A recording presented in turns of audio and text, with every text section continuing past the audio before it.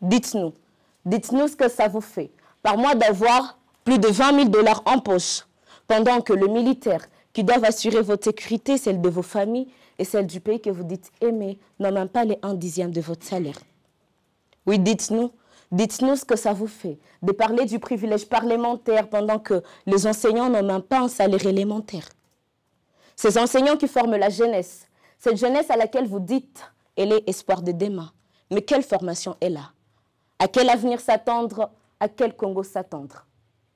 Et puis, à qui la faute? Chaque peuple a les dirigeants qu'il mérite, chaque peuple a les dirigeants qu'il produit, et les vécus et les résultats du système qu'on hérite. À toi la population, n'accuse personne. Attaque-toi toi-même car manque de bons citoyens également de bons dirigeants. Car ces derniers ne viennent que de toi. Ce sont nos pères, nos mères, nos frères, nos sœurs, nos fils, nos filles. Ils ne reproduisent que l'éducation reçue. Et lorsque le poisson tombe malade, il convient de soigner non le poisson, mais l'eau dans laquelle il baigne. Oui, dites-nous, à quoi s'attendre? À quoi s'attendre lorsque apprendre à parler français est obligatoire, mais pas comment chercher de l'argent, comment cultiver? C'est étonnant de voir qu'on ait des poches vides, des ventres creux, mais avec des bouches pleines de bons français. Oui, dites-nous, à quoi s'attendre? À quoi s'attendre lorsque les écoles et universités, censées être les laboratoires de solutions aux problèmes communautaires? À quoi s'attendre lorsque les écoles et universités sont plutôt cadres des formations aux antivaleurs? Corruption, points sexuellement transmissibles et autres choses. Mais quel cadre les enseignants propulsent au sommet de l'État? Étonnant de voir que parfois on a affaire à beaucoup plus d'incompétents. Étonnant de voir que pendant qu'à Calais, il y a inondation, plus de 400 morts, plus de 2000 disparus, mais plusieurs mois après, impossible que la population retrouve la vie normale. Pas étonnant de voir que pendant qu'à l'Est, il y a la guerre et l'insécurité, mais à l'Ouest et dans la plénière, on pense à la proposition de loi interdisant de manger le chien. On dirait que la vie des animaux vaut même plus que celle du peuple ici.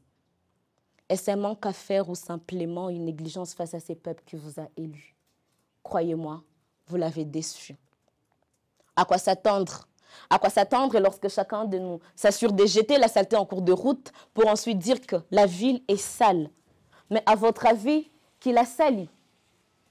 À quoi s'attendre? À quoi s'attendre lorsqu'on se charge d'envoyer les plus brigands et malfaiteurs de nos familles dans la police et l'armée et ensuite vouloir des agents de sécurité qui nous insécurisent? Et puis, à qui la faute? À qui la faute de cette mentalité? À qui la faute de cette souffrance sans fin? À qui la faute de cette pauvreté?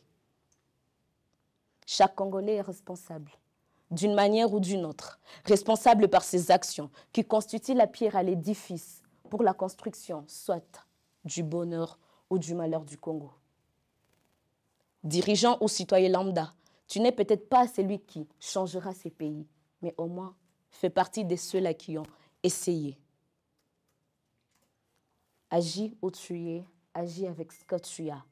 Agissons là où nous avons le pouvoir de changer les choses. Et que Dieu bénisse la République démocratique du Congo. Je vous remercie.